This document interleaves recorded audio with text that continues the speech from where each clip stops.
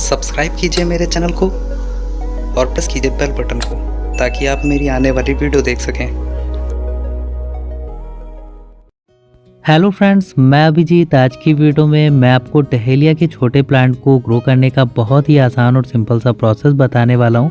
तो इस वीडियो के अंदर मैं आपको प्लांट को बढ़ता हुआ दिखाऊंगा और साथ ही साथ इनके लिए सॉइल मिक्स कैसे तैयार करें और कैसे इनको हम लगाएं, और साथ ही साथ जब इनकी ग्रोथ होने लगे तो इनको फर्टिलाइज़र कैसे देना है, सारा प्रोसेस मैं बताने वाला हूँ।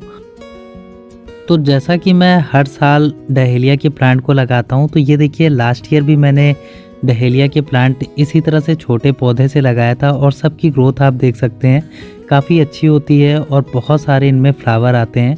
मैंने इन प्लांट को कटिंग से ग्रो करने का और ट्यूबर से ग्रो करने का भी प्रोसेस आपको बता रखा है। अगर आपने उन वीडियोस को नहीं देखा है तो इस वीडियो की डिस्क्रिप्शन में आपको उस वीडियो का लिंक मिल जाएगा, आप ज़रूर से देखिएगा। तो जैसा कि मैंने आपको शुरुआत में प्लांट दिखाया, छोटे से प्लांट को ही मैं ग्रो करता हूँ और 12 इंच के पॉट में मैं इनको बहुत ही अच्छे से बड़ा करके ज़्यादा से ज़्यादा फ्लावरिंग लेता हूँ। तो चलिए इनको लगाने का प्रोसेस सीखते हैं। तो डहेलिया के छोटे प्लांट को लगाने के लिए सबसे पहले तो हम गमले की मिट्टी को बाहर निकालेंगे, क्योंकि इसमें पुराने प्लांट लगे हुए थे। पुराने प्लांट की जो रूट्स होती हैं वो गमले के बॉटम वाले होल से इस तरह से बाहर आ जाती हैं, जो कि बॉटम के होल को पूरी तरह से ब्लॉक कर देती हैं। तो अगर आप पुरानी मिट्टी को यूज़ कर रहे हैं और फिर से उसमें प्लांट लगाने वाले हैं, तो ये देखिए कुछ इस तरह से उसमें रूट्स होती हैं। इन सारी रूट्स को हमें निकालना होता है ताकि जो हम नया प्लांट लगाएं तो उसकी जो ग्रोथ है वो अच्छे से हो पाए और उनकी रूट्स भी अच्छे से फैल पाए, जिससे हमारे प्लांट अच्छे से बढ़ पाएँ। तो ये देखिए इसमें काफ़ी सारी रूट्स हैं मिट्टी में। जब हमने पॉट से पूरे मिट्टी को बाहर निकाला तो कुछ इस तरह से हमें खरपतवार और रूट्स को मिट्टी से बाहर निकाल लेना है। ये देखिए काफ़ी सारी रूट्स होती हैं जो कि हमारे प्लांट को ग्रोथ करने में रोकती हैं। मिट्टी को अच्छे से साफ़ करने के बाद उसमें हम नीम की खली मिलाएंगे। नीम की खली मैं 1 मुट्ठी ले रहा हूँ और इतनी ही मात्रा आपको मिट्टी में अच्छे से मिला लेनी है। फिर इसके बाद हमें लेना है गोबर की खाद, जो कि पूरी 1 साल पुरानी हो, अच्छे से डिकम्पोज्ड हो। देख सकते हैं इसका कलर आप देख सकते हैं बिल्कुल लाइट वेट हो जाती है। तो इस तरह का गोबर का खाद जब आप मिट्टी में मिलाते हैं तो बिल्कुल आपकी जो सॉइल मिक्स है बहुत ही सॉफ्ट हो जाती है और बहुत ही हेल्दी हो जाती है आपके प्लांट्स के लिए। तो ये जो मैंने गोबर की खाद ली है वो 30% लिया है और हमारी जो गार्डन सॉइल है वो 70% है, और इनका कॉम्बिनेशन बहुत ही अच्छा रहता है हमारे मिट्टी के लिए। और इस तरह से आपको हाथों से मिट्टी को अच्छे से मिलाना है ताकि जो खाद है वो अच्छे से मिट्टी में मिल जाए। आप गोबर की खाद की जगह वर्मी कंपोस्ट का भी यूज़ कर सकते हैं।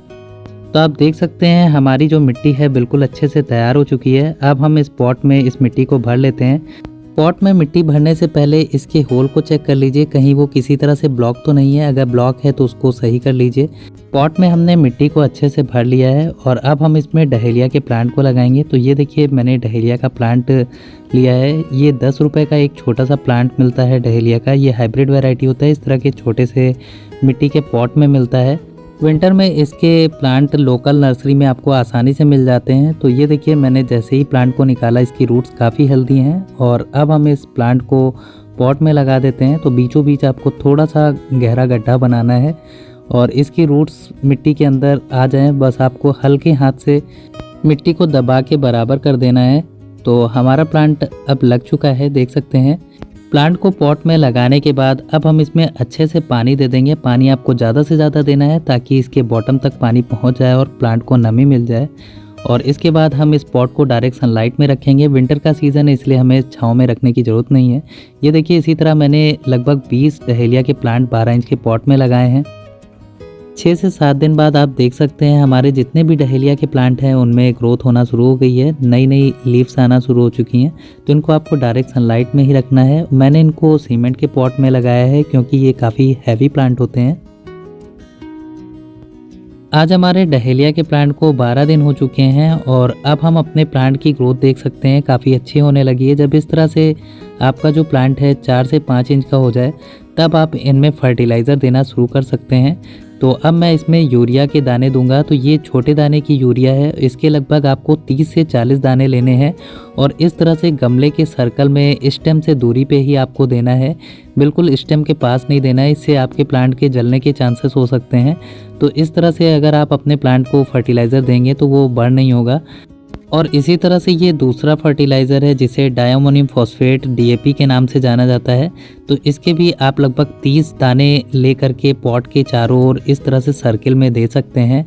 तो ये फर्टिलाइज़र मैं अलग अलग गमलों में आपको डाल के दिखा रहा हूँ। एक गमले में मैंने यूरिया डाला था और दूसरे गमले में DAP। तो दोनों में जब मैं फर्टिलाइज़र दे दूँगा फिर उसके बाद आपको इस तरह से पानी दे देना है। और आपको ध्यान रखना है, अगर आप साथ में इन दोनों फर्टिलाइज़र को देना चाहते हैं तो इनकी क्वांटिटी आप कम करके साथ में भी दे सकते हैं। तो आप देख सकते हैं इसी तरह से मैं अपने प्लांट को ग्रो करता हूं और इनमें फ्लावरिंग बहुत सारी मिलती है और इनकी ग्रोथ भी अच्छी होती है। इन फर्टिलाइज़र को आप लगभग 10 से 15 दिन पे एक बार ज़रूर से अपने प्लांट को दीजिए और अपने प्लांट की मिट्टी में हफ्ते में एक बार गुड़ाई ज़रूर करिए, जिससे इनको जो रूट्स हैं उनको एक्स्ट्रा स्पेस मिलता है और अच्छी ग्रोथ होती है। तो फ्रेंड्स, स्क्रीन पे आप देख सकते हैं मेरी इंस्टाग्राम आईडी है, अगर आप वहाँ पे भी मुझे फॉलो करना चाहते हैं तो फॉलो कर सकते हैं। वहाँ पे भी मैं प्लांट्स के अपडेट देता रहता हूँ। तो फ्रेंड्स, अगर ये वीडियो अच्छी लगी हो तो वीडियो को लाइक कीजिएगा, चैनल पे नया सब्सक्राइब कीजिएगा। आज के लिए इतना ही, ठीक है, बाय बाय।